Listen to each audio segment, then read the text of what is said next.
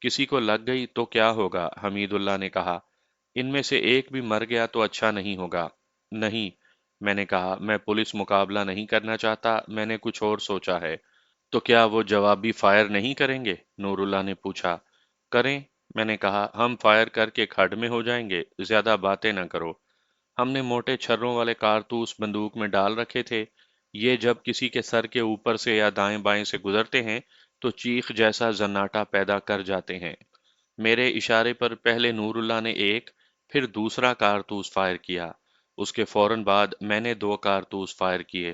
پھر حمید اللہ خان نے ریوالور دونوں ہاتھوں میں پکڑ کر ایک گولی فائر کی۔ میں نے دیکھا کہ اس کی گولی کی گرد پولیس کے دو آدمیوں کے قریب زمین سے اٹھی۔ انسپکٹر اور اس کے آدمی اس طرح غائب ہو گئے جیسے وہاں آئے ہی نہیں تھے۔ کوئی کسی مکان کے اندر اور کوئی کسی مکان کے پیچھے چلا گیا۔ دھماکوں اور پھر سروں کے اوپر سے گزرتے چھروں کی چیخوں نے ان کا خون خشک کر دیا ہوگا۔ انسپکٹر اتنا بے وقوف نہیں ہو سکتا تھا کہ اپنے کانسٹیبلوں کو جوابی فائر کا حکم دیتا۔ اس نے جان لیا ہوگا کہ گولیاں اوپر سے آئی ہیں اور فائر کرنے والے بڑی اچھی اور محفوظ آڑ میں ہیں اور سامنے ہونا خودکشی ہوگی۔ میں کھڑا ہو گیا اور ایک درخت کی آڑ میں ہو کر انسپکٹر کو للکارا۔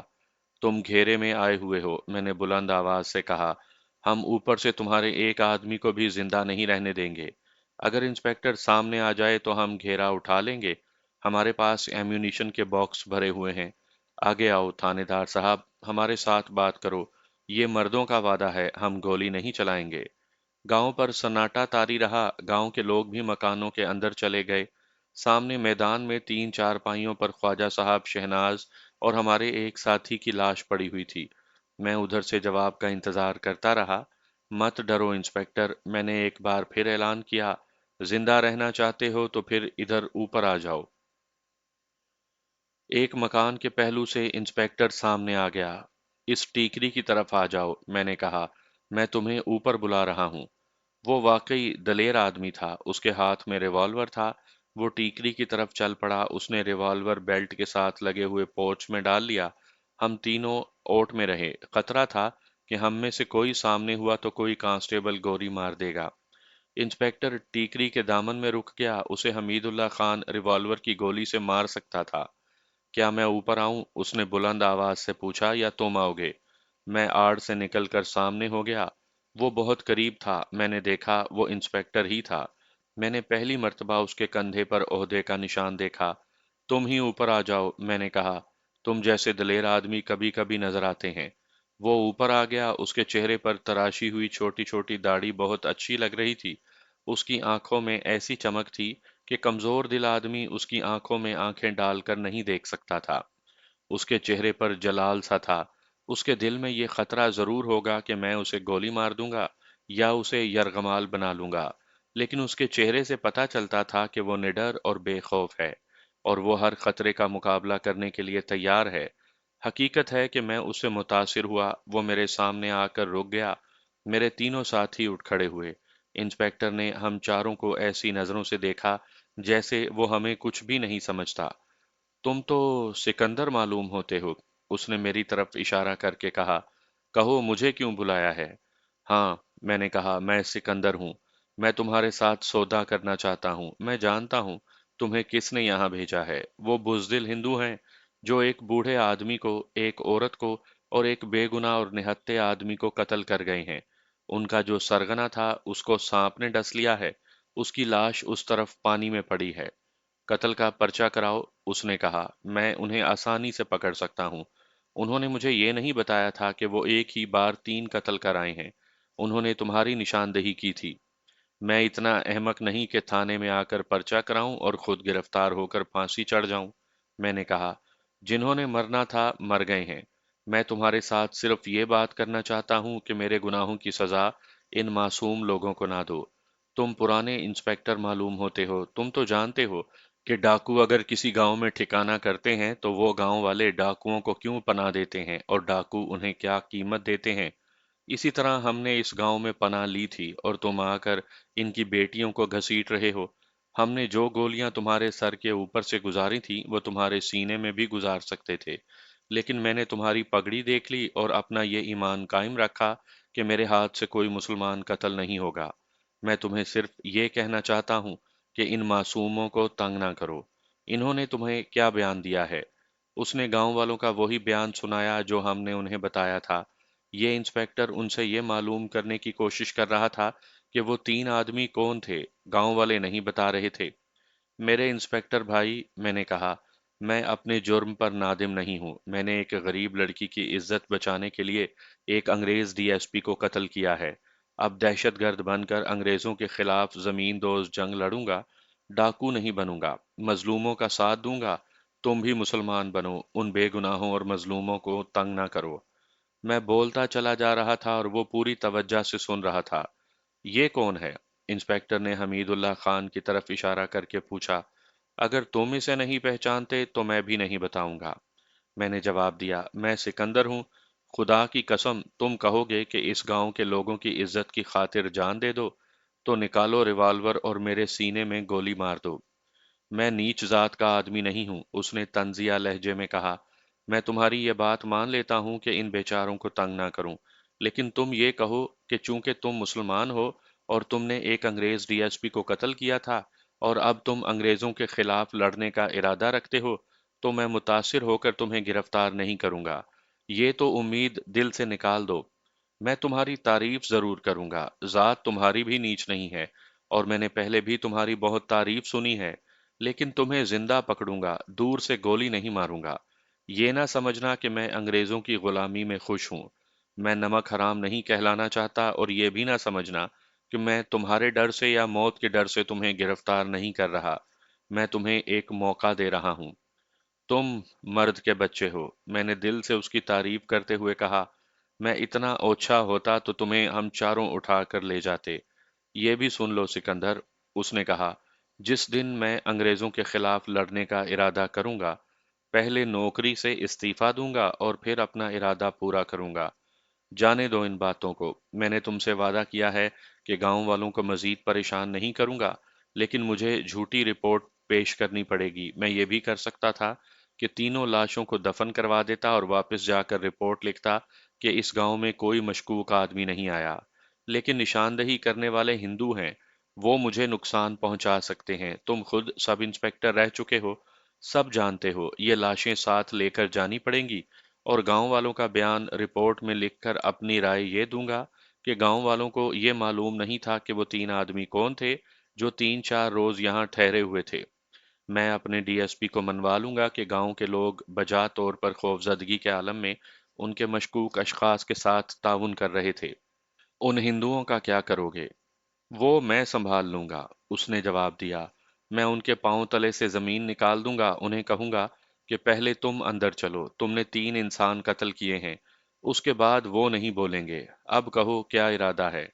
میں جو چاہتا تھا وہ تم نے پورا کر دیا، میں نے کہا، اور ہاتھ آگے بڑھایا۔ میں تم سے دوستوں کی طرح رخصت ہونا چاہتا ہوں۔ دوست نہیں، دشمن کہو۔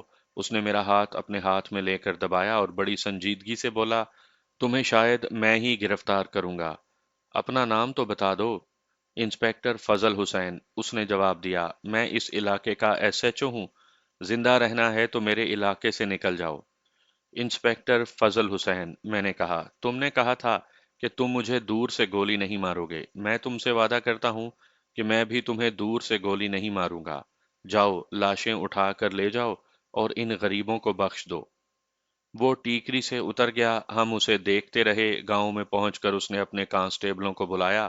کچھ آدمی گاؤں سے لیے، گاؤں کے لوگوں سے کچھ کہا۔ سب لوگ اور عورتیں بھی اپنے اپنے گھروں کو چلی گئیں۔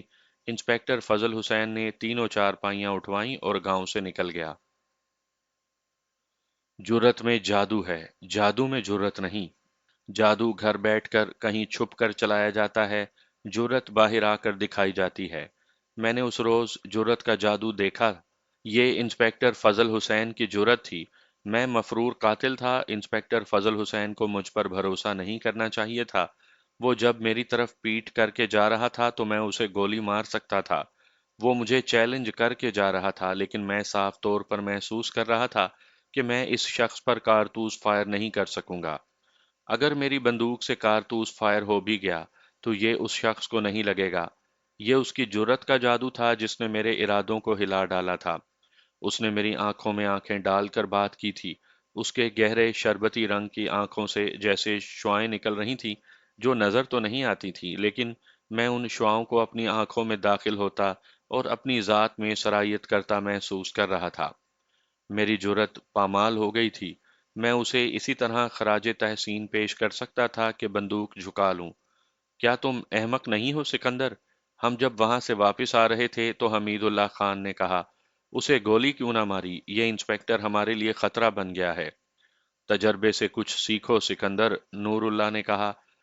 اس کافر جگموہن کو بھی تم نے زندہ چھوڑ دیا تھا۔ میں نے تمہیں کہا بھی تھا کہ جگموہن اور اس کے ساتھیوں کو باندھنے کی کیا ضرورت ہے؟ گولی مارو، مگر تم نہ مانے۔ اب دیکھ لو جگموہن کیا کر گیا ہے، اس کے ساتھیوں نے کیا کر دکھایا ہے۔ دیکھا جائے گا بھائیو، میں نے کھوکھلی سی ہنسی ہنستے ہوئے کہا۔ کبھی کوئی دشمن بھی کام آ جاتا ہے، میں نے 2-4 سیکنڈ سوچ کر کہا۔ اگر ہم اسے گولی مار دیتے تو انگریز پولیس افسر اس گاؤں کے بچوں اور بوڑھوں سے بھی انتقام لیتے۔ یہ تو باتیں تھیں جو میرے دوستوں نے میرے ساتھ اور میں نے اپنے دوستوں کے ساتھ کی، لیکن جو میں محسوس کر رہا تھا وہ ان باتوں سے بہت مختلف تھا۔ اب ہمارے سامنے بڑا پیچیدہ مسئلہ آ گیا تھا۔ گاؤں والوں کے سر سے ابھی خطرہ ٹلا نہیں تھا۔ خواجہ صاحب اور شہناز کی لاشیں شہادت دیتی تھیں کہ میں اس گاؤں میں رہا ہوں۔ حمید اللہ کی موجودگی کا بھی شک ہو سکتا تھا۔ میں حیران تھا کہ انسپیکٹر فضل حسین انگریز افسروں سے کس طرح منوائے گا کہ جب پولیس کا چھاپا پڑا اس وقت میں یہاں سے جا چکا تھا۔ میں گاؤں والوں کے لیے پریشان تھا، لیکن انہیں بچانے کی کوئی صورت نظر نہیں آتی تھی۔ اب تو ہمیں اپنے آپ کو بچانا تھا۔ انسپیکٹر فضل حسین تو دیکھ گیا تھا کہ ہم یہاں ہیں۔ وہ اگر اپنے افسروں کو نہ بتاتا کہ ہم اس علاقے میں موجود ہیں تو بھی انگریز افسر سمجھ جاتے کہ ہم ادھر ہی ہیں۔ بہرحال ہمیں اس علاقے سے نکلنا تھا، لیکن جاتے کہاں؟ نور اللہ اور بالا نے 2 جگہیں بتائیں، لیکن وہ موزوں نہیں تھیں۔ میرا دھیان قطب الدین کی طرف چلا گیا۔ وہ جذباتی اور جسمانی طور پر ہمارے ساتھ تھا۔ وہ بڑا پکا آدمی تھا۔ اس نے وثوق کے ساتھ وعدہ کیا تھا کہ وہ گاؤں کے کئی ایک جوان آدمیوں کو ہمارے گروہ کے لیے تیار کر لے گا۔ میں نے سوچا کہ اس کے گاؤں چلے چلیں، لیکن وہاں خطرہ یہ تھا کہ اس علاقے کا تھانے دار کتب کے گھر میں میرے پاس آ چکا تھا۔ میں نے اسے اپنا چہرہ تو نہیں دیکھنے دیا تھا، پھر بھی خطرہ تھا کہ وہ مجھے پہچان لے گا۔ شاہ مغل اور علیہ تو مجھے پہچانتے ہی تھے۔ اس گاؤں میں رہنا خطرے سے خالی نہیں تھا۔ اس گاؤں سے 1.5-2 میل دور پہاڑیوں اور جنگلات کا علاقہ تھا۔ اس کا جائزہ لینا تھا، اور یہ کام قطب الدین ہی کر سکتا تھا۔ میں نے حمید اللہ خان کے ساتھ بات کی تو فیصلہ یہ ہوا کہ نور اللہ کو قطب الدین کے گاؤں بھیجا جائے اور وہ قطب الدین کے سامنے یہ مسئلہ رکھے۔ نور اللہ اس گاؤں کا راستہ جانتا تھا اور علاقے سے بھی واقف تھا۔ وہ ریل گاڑی اور لاری سے بھی سفر کر سکتا تھا، کیونکہ وہ ہماری طرح مفرور مجرم نہیں تھا۔ وہ اسی وقت روانہ ہو گیا۔ ہمیں اب بہت محتاط اور چوکنا ہو کے رہنا تھا۔ جن پہاڑوں کے غار میں ہم رہتے تھے، یہ علاقہ انسپیکٹر فضل حسین کے تھانے کا تھا۔ وہ اس سے ضرور واقف ہوگا۔ تھانے دار اپنے علاقے کے چپے چپے سے واقف ہوتے ہیں۔ اسے یہ شک ضرور ہوگا کہ ہم ان پہاڑیوں کے اندر چھپے ہوئے ہوں گے۔ ہم نے پہرے کا یہ انتظام کیا کہ گاؤں کے لڑکوں سے کہا کہ دن کے دوران 1-2 لڑکے اونچی ٹیکری پر رہا کریں، اور پولیس آتی نظر آئے تو ہمیں اطلاع دے دیں۔ رات کو ہم ایسا انتظام نہیں کر سکتے تھے۔ گاؤں والوں کو ہم پہلے ہی بہت پریشان کروا چکے تھے۔ انہیں مزید امتحان میں ڈالنا اچھا نہیں لگتا تھا۔ بالے کو ہم نے جاسوسی کے لیے بھیج دیا۔ یہ معلوم کرنا بہت ضروری تھا کہ انسپیکٹر فضل حسین جو لاشیں لے گیا ہے ان کا کیا بنا ہے۔ 7-8 دن گزر گئے، پولیس ادھر نہ آئی۔ بالا یہ خبر تیسرے دن ہی لے آیا تھا کہ تینوں لاشوں کو پولیس ہیڈ کوارٹر لے جایا گیا تھا، پھر انہیں لاوارث قرار دے کر کہیں دفن کر دیا گیا۔ نور اللہ واپس آ گیا۔ قطب الدین نے اسے بتایا تھا کہ میں اس کے گاؤں سے آ گیا تو تھانے دار 7ویں 8ویں روز قطب الدین کے گھر آیا۔ میں نے اسے کہا تھا کہ میں ابھی ایک خاص وظیفے کے لیے یہاں رکا ہوا ہوں، اس لیے وہ 7-8 روز کے بعد آئے۔ 7-8 روز کے اندر اندر قطب الدین واپس اپنے گاؤں پہنچ گیا تھا۔ 7ویں روز تھانے دار اس کے گھر آیا، میں وہاں نہیں تھا۔ اس نے قطب الدین سے پوچھا تو اس نے تھانے دار کو بتایا کہ قبلہ شاہ صاحب جس طرح اچانک آئے تھے اسی طرح اچانک چلے گئے۔ میں نے عائشہ اور قطب الدین کو جو بتایا تھا انہوں نے وہی تھانے دار سے کہہ دیا۔ تھانے دار نے کتب کو دوست بنا لیا۔ نور اللہ نے ہمیں بتایا وہ 3-4 مرتبہ کتب کے گھر آ چکا ہے۔ عائشہ کے ساتھ مجھے الگ بات کرنے کا موقع مل گیا تھا۔ اس نے مجھے بتایا کہ وہ اسی کی خاطر آتا ہے، لیکن تھانے دار کی نیت خراب نہیں۔ وہ عائشہ کے ساتھ شادی کرنا چاہتا ہے۔ 1 سال ہوا اس کی بیوی مر گئی ہے۔ عائشہ شاید اس کے ساتھ شادی کر لے گی۔ نور اللہ نے ایک اور بات بتائی جو اسے قطب الدین نے سنائی تھی۔ یہ بات یوں ہوئی کہ ایک روز یہ تھانے دار کتب کے گھر آیا تو کہنے لگا کہ وہ بڑی ضروری بات کرنے آیا ہے۔ یہ شاہ صاحب جو تمہارے گھر میں ٹھہرے تھے مشکوک لگتے ہیں۔ تھانے دار نے قطب الدین سے کہا، تم نے سنا ہوگا کہ پولیس کے ایک سب انسپیکٹر نے ایک انگریز ڈپٹی سپرنٹینڈنٹ پولیس کو قتل کیا تھا، اور وہ پولیس کی حراست سے مفرور ہے، اور یہ شخص ادھر کے ایک تھانے کے علاقے میں نظر آیا تھا۔ تھانے دار نے اسے پہچان لیا تھا لیکن وہ بھاگ نکلا۔ پولیس نے اس کا تعاقب کیا تھا۔ تھانے دار نے جیب سے ایک فوٹو نکال کر قطب الدین کو دکھایا۔ یہ میرا فوٹو تھا۔ اس فوٹو میں اس کی داڑھی نہیں۔ تھانے دار نے قطب سے کہا، وہ جب پچھلے تھانے کے علاقے میں دیکھا گیا تھا تو اس کی داڑھی تھی جو ذرا لمبی تھی۔ اب سنا ہے کہ اس کی داڑھی چھوٹی ہے۔ تم ذرا غور سے دیکھو، داڑھی کے باوجود چہرہ پہچانا جا سکتا ہے۔ نہیں ہاشمی صاحب، قطب الدین نے میرا فوٹو اچھی طرح دیکھ کر تھانے دار سے کہا، داڑھی ہو یا نہ ہو، یہ چہرہ ہمارے شاہ صاحب کا نہیں۔ آپ کے دل میں یہ شک کس نے ڈالا؟ اسی تھانے دار نے جس نے اس مفرور کا تعاقب کیا تھا۔ تھانے دار نے جواب دیا، میں سیشن کورٹ میں ایک مقدمے کی پیشی پر گیا تھا۔ وہاں اس تھانے دار کے ساتھ ملاقات ہوئی تو پیروں فقیروں کی باتیں ہونے لگیں۔ میں نے ان شاہ صاحب کا ذکر کیا تو وہ تھانے دار کہنے لگا، محتاط رہنا، ایک مفرور مجرم بھی اسی علاقے میں پیروں کے بھیس میں پھر رہا ہے۔ پھر اس نے مجھے ساری بات سنائی۔ یہ کوئی بہروپیہ نہیں تھا، قطب الدین نے کہا۔ آپ بھی ان کے پاس آئے تھے؟ میں آیا تو تھا، تھانے دار ہاشمی نے کہا، لیکن میں ان کا پورا چہرہ نہیں دیکھ سکا تھا۔ ناک، ٹھوڑی اور داڑھی دیکھ لی تھی جو لمبی نہیں تھی۔ وہ اس وقت وظیفے کی حالت میں تھے اور انہوں نے آدھے چہرے پر کپڑا ڈال رکھا تھا۔ میں کوئی بچہ تو نہیں ہاشمی صاحب، قطب الدین نے کہا۔ میرے پاس وہ اتنے دن رہے ہیں، میں نے ان کا پورا چہرہ، ننگا سر اور پورا جسم دیکھا تھا۔ میرا یہ مکان ویسا ہی ہے جیسے پہلے ہوا کرتا تھا۔ یہ کچا مکان ہے، اس میں کوئی تبدیلی نہیں آئی، اور اس میں تھوڑا بہت سامان ہے، اس میں بھی کوئی کمی بیشی نہیں، لیکن میں اس طرح محسوس کرتا ہوں جیسے یہ مکان محل بن گیا ہے، اور اس میں اللہ کی رحمت اتنی آ گئی ہے کہ میری روح بھی سکون محسوس کرتی ہے۔ اس طرح لگتا ہے جیسے مجھے کوئی خزانہ مل گیا ہو۔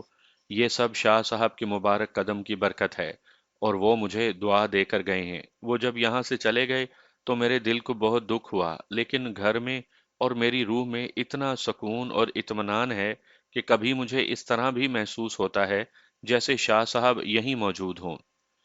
میرا مسئلہ کچھ اور ہے کتب بھائی، ہاشمی نے کتب سے کہا۔ میں شاہ صاحب کے پاس یہی مراد لے کر آیا تھا کہ اس مفرور کا کھوج لگا دیں، مجھے 10,000 روپے کی ضرورت ہے۔ قطب الدین نے ہاشمی کا شک بڑی اچھی طرح رفع کر دیا۔ نور اللہ نے یہ بات سنائی تو اس سے میں نے یہ نتیجہ اخذ کیا کہ ہم وہاں نہیں رہ سکتے۔ یہ تو ہو نہیں سکتا تھا کہ میں وہاں چلا جاتا اور جتنا عرصہ وہاں رہتا شاہ صاحب بنا رہتا، لیکن ہم جہاں تھے وہاں سے نکلنا تھا۔ نور اللہ اس گاؤں سے 1.5-2 میل دور پہاڑی اور جنگلاتی علاقہ بھی دیکھ آیا تھا۔ وہ کہتا تھا کہ چھپ کر رہنے کے لیے اور قطب الدین کے آدمیوں کو ٹریننگ دینے کے لیے وہ جگہ اچھی ہے۔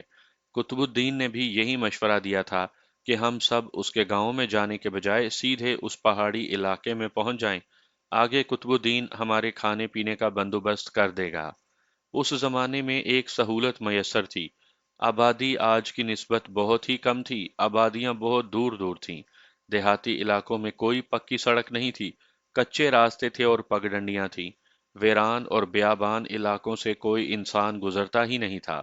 صرف تھانے داروں کو اپنے اپنے علاقوں سے واقفیت ہوتی تھی۔ ہم نے فیصلہ کر لیا کہ وہیں چلے چلتے ہیں۔ حمید بھائی، میں نے 1-2 روز کے بعد حمید اللہ خان سے پوچھا، تم کیا محسوس کرتے ہو؟ کیوں پوچھتے ہو؟ اس نے پوچھا۔ میں شاید تمہیں یہ بتانا چاہتا ہوں کہ میں کیا محسوس کر رہا ہوں۔ میں نے جواب دیا، مجھے یوں لگ رہا ہے جیسے میں اپنے آپ کو بھولتا جا رہا ہوں۔ اگر میری ذہنی اور جسمانی حالت یہی رہی تو میں اپنی شناخت خود بھی نہیں کر سکوں گا۔